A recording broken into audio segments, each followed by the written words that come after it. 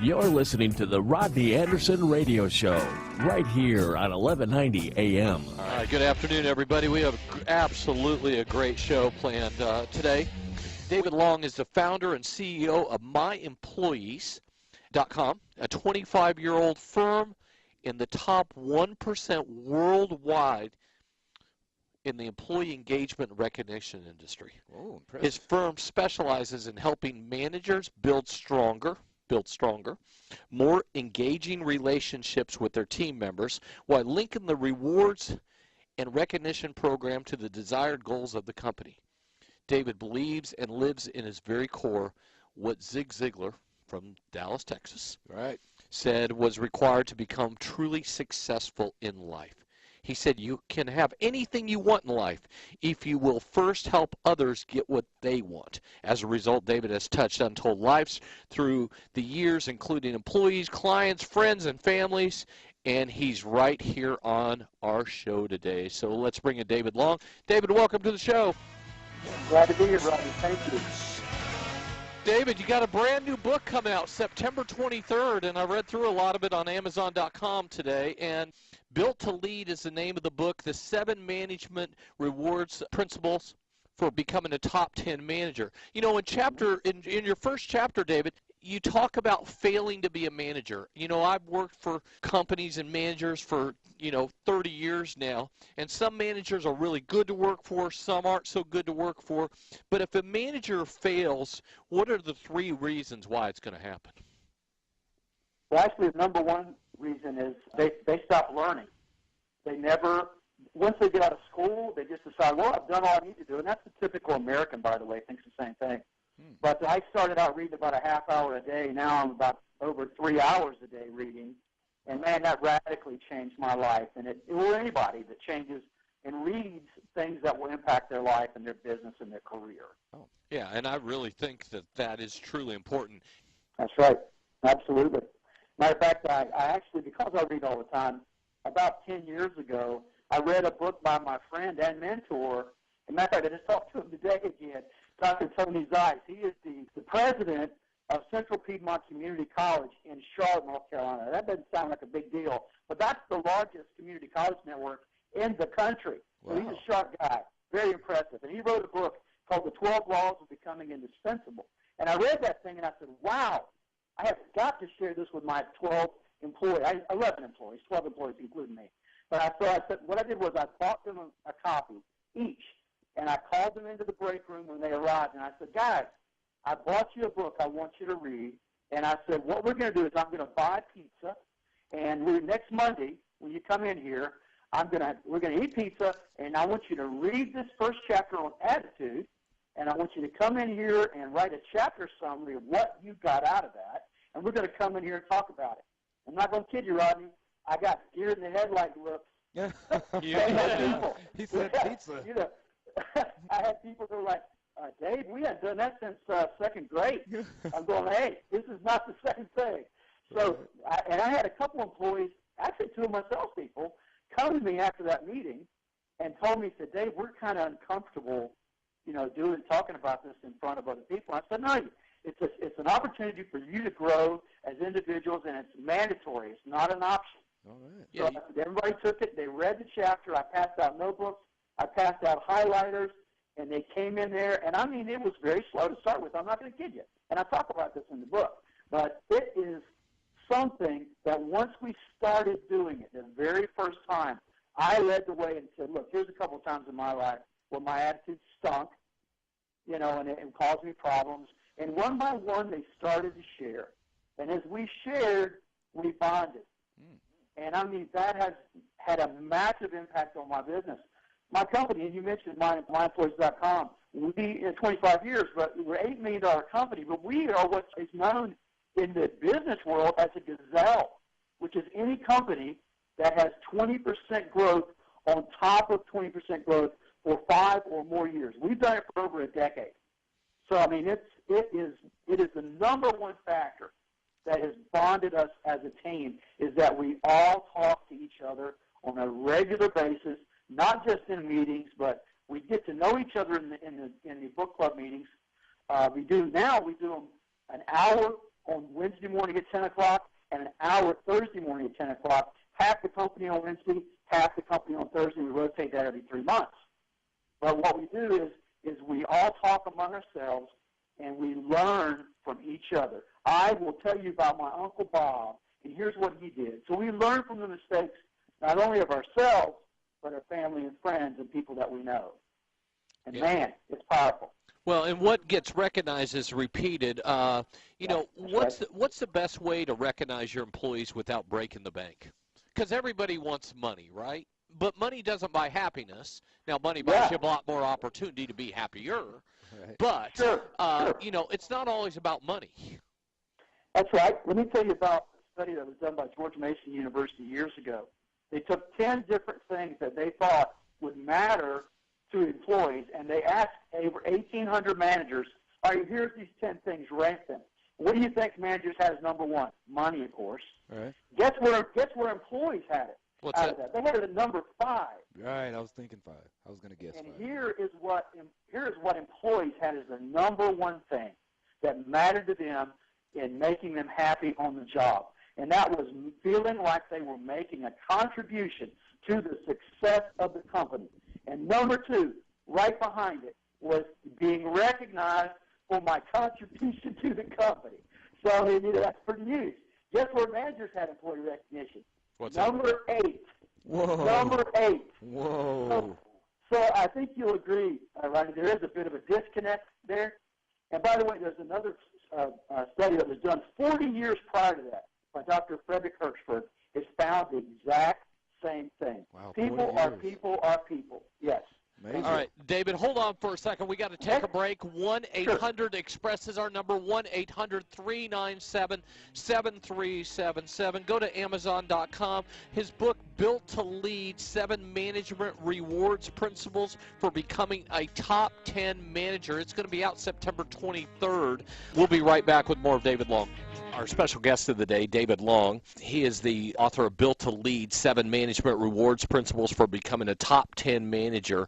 And David, when we left a few moments ago, we were talking about rewarding employees. How do you determine future leaders, and what are some of their personality traits? People that step forward in the current position and they want to take on extra responsibilities and want to be able to show you their stuff, something that they can do. And I mentioned our book club. And one of the things about our book club is the fact that these people will step forward and they will say, Dave, would it be okay if I lead book club next week? Oh, no. Or we can ask them, and the ones that are interested will step forward and take it. We've got one introverted guy named Josh, super guy. I never, ever, ever would have thought he would have volunteered to take book club, and he took it and did a great job with it. And he said, Dave, I did that so I could stretch and become more. And that just really impressed me because he's an extremely shy employee. But he did a great job, without question. Yeah, and I think a lot of times we don't give people enough credit, but there is a system, I believe, and there is a system for promoting from within. I think that some of your best people out there are promoted from within because they've learned your culture. That's absolutely correct. And most they're already there. Yeah, and most people don't understand, and most businesses don't understand that turnover costs money. Oh, it's a crazy amount of money. Sometimes they estimate it's 12 times their annual salary to get somebody up to speed if you lose a highly competent employee. So that's a massive loss for any company. Now, everybody is replaceable. Some it just takes harder to replace than others. There you go. Unless you're LeBron James. That's yeah. There you go. That's right. Now, managing millennials. You know, we have this big difference between the baby boomers and the millennials. The I call it the instant gratification or the you-know-me crowd versus the baby boomers. How do you separate those two? Well, I have employees anywhere from early 20s to mid-50s that are with the company. And I treat them all the same. And ironically, they all want one word, and that is they want to be shown significance, that they matter to their manager. And when you show them that they matter, they give you their loyalty. I don't really have a problem. And I read a ton of management books, probably in the neighborhood around 300. And you are right. They normally say that you've got to treat them differently. But I'm not finding that being the case in our company because we are an extremely strong team. We're a world-class company. That's our goal. We are there. And by the way, a world-class company is any company that has 10 or more engaged employees for every one donkey, a disengaged employee. If you go to, I say donkey, I'm just talking to my employees about it. But if you go to top10manager.com and go to resources, you'll see a poster that has 10 Clydesdales pulling one jackass sitting down. And that's your average world-class company. And the average U.S. company, by the way, is only two engaged employees for every donkey or jackass sitting down. Yeah. So it makes it a lot harder. So people don't like to work at companies where there's that much dissension in the ranks, and that's terrible. By the way, your managers in the country, 70% of them are disengaged or actively disengaged. And what actively disengaged means is they're going in the opposite direction of where the company wants to go. They are undermining things. In other words, if corporate sends you something to do, you start bad-mouthing corporate to the employees. That's disengaged, actively disengaged. So what that's happens? pretty powerful. Yeah, what happens when I have a company of 20 and all of us get along? What happens if you have a company of 20? And all of us get along. We have no drama in our office. We have no bickering in our office. We all get along. That's awesome. That's world-class. World class. Think of that, Rob. You're world class. World class. So how do you?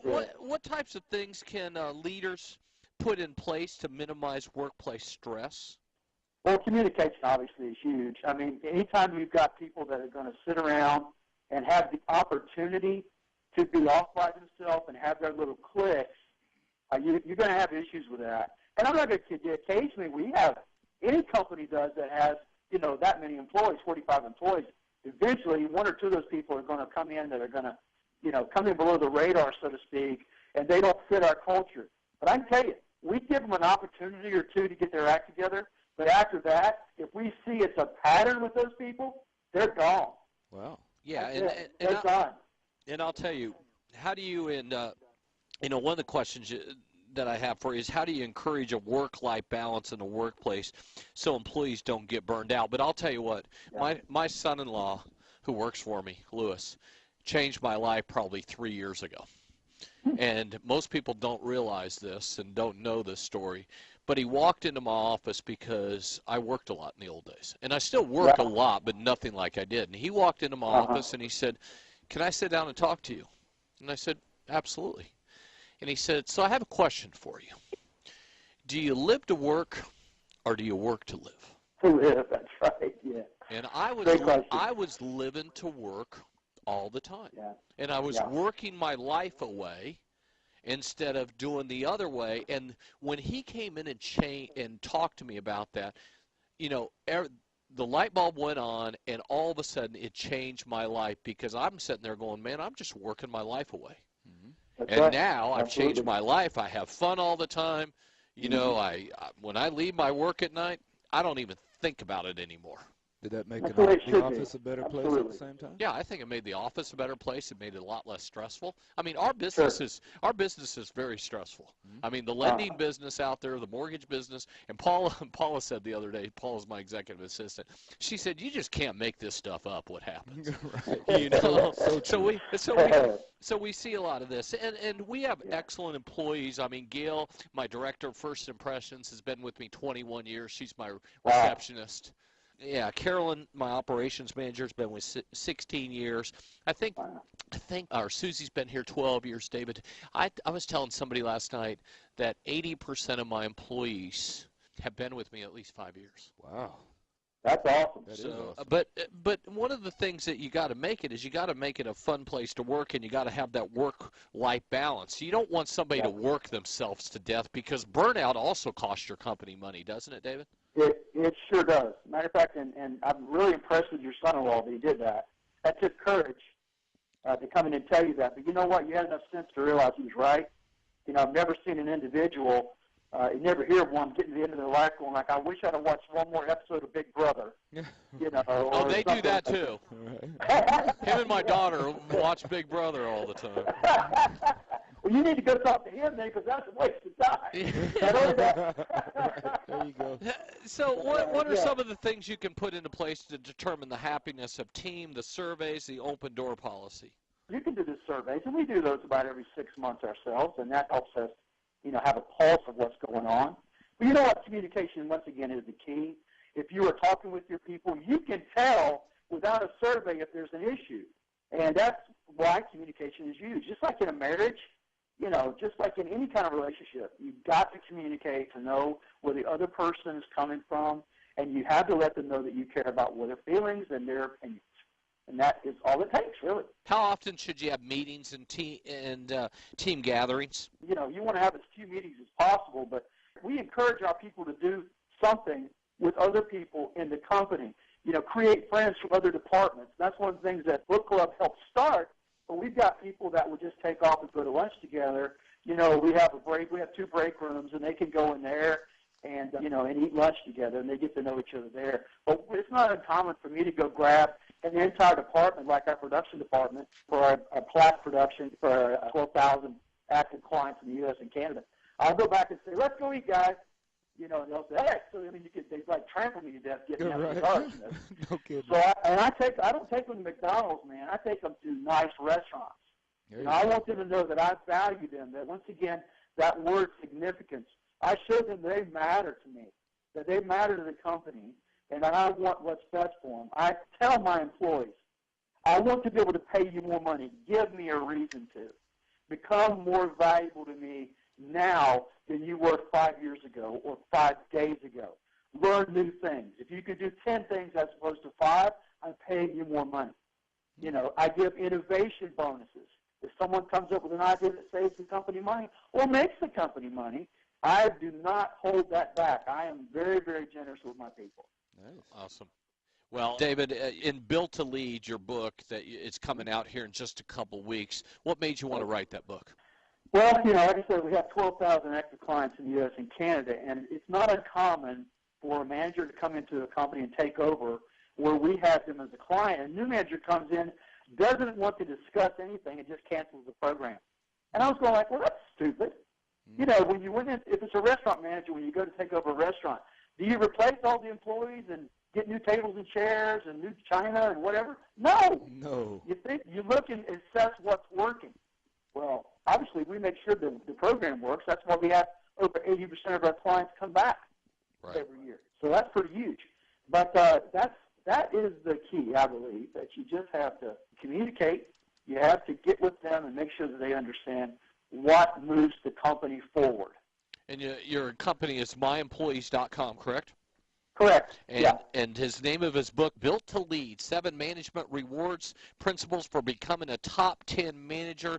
Great information in there. David, I'm excited about it coming out in a couple weeks. Thanks for joining us today, sir. Good stuff. Appreciate it, Roddy. We appreciate Enjoyed it. Yeah, anytime. Thanks, sir. We'd love to have you back soon. Thank you. Bye-bye.